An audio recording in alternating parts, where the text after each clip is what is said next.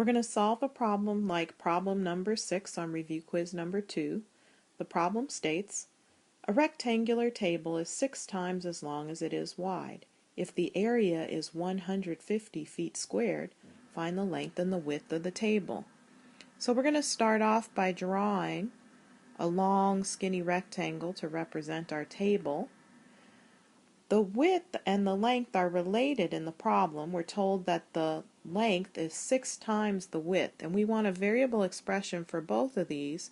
So we're going to call that short side the width, and we'll call that x. And then the long side will be the length, and it's going to be 6 times as long as the width, so it needs to be 6 times x. The other piece of information we're given in the problem is that the area of this table is going to be 150 feet square. So now to put all this information together, we need to remember the formula for the area of a rectangle, and the formula for the area of a rectangle is length times width. And we have pieces of information to be able to fill all this in to make an equation for us to solve. First, we have a value for area. So we can, on the left-hand side, say that the area is 150. We have a value that represents the length, and that value is 6x, so we'll plug that in for length. And then we have a value to represent the width, and that value is x, so we'll go ahead and plug that in for x. We can then say that we have 150 is equal to 6 times x squared, because x times x gives us x squared. Next, looking at our equation, since we do have an x squared, we think about solving by factoring and using the zero product principle. But in order to do that, we need to have one side of the equation equal to 0. So we'll start off by subtracting 150 from both sides of the equation. And now we have 0 is equal to 6x squared minus 150.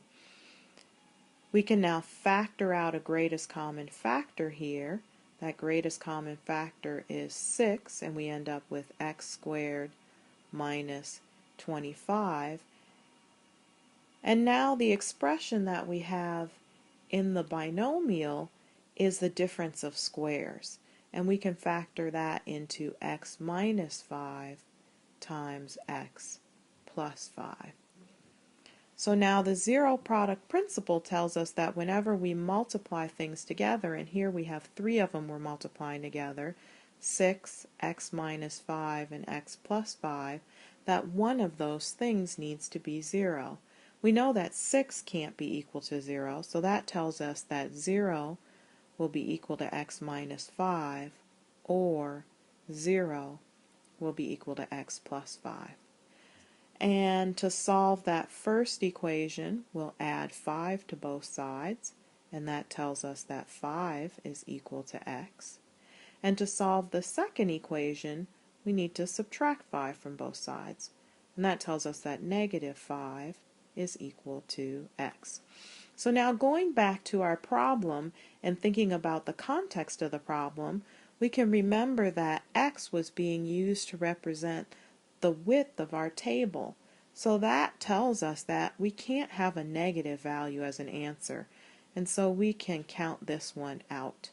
And that sometimes happens when we translate a problem into mathematics. One of the answers will mathematically make sense but not make sense in the context of the problem. So that tells us for our particular problem that the value of x is equal to 5. But what does that really mean for this problem? It means that the width of the table is 5, and it has units associated with it. Since the original units we were given for the area were square feet, that means that we're measuring the width in feet. And the same is true for the length. That'll be measured in feet as well. The length is going to be 5 times the width, and 5 times 6 is 30. So the length is 30. And now at the end, just to sort of check and make sure that this all makes sense, if we were going to find the area of this table, we would have to multiply 5 times 30 and 5 times 30 is equal to 150. We would get 150 square feet. I hope that's helpful.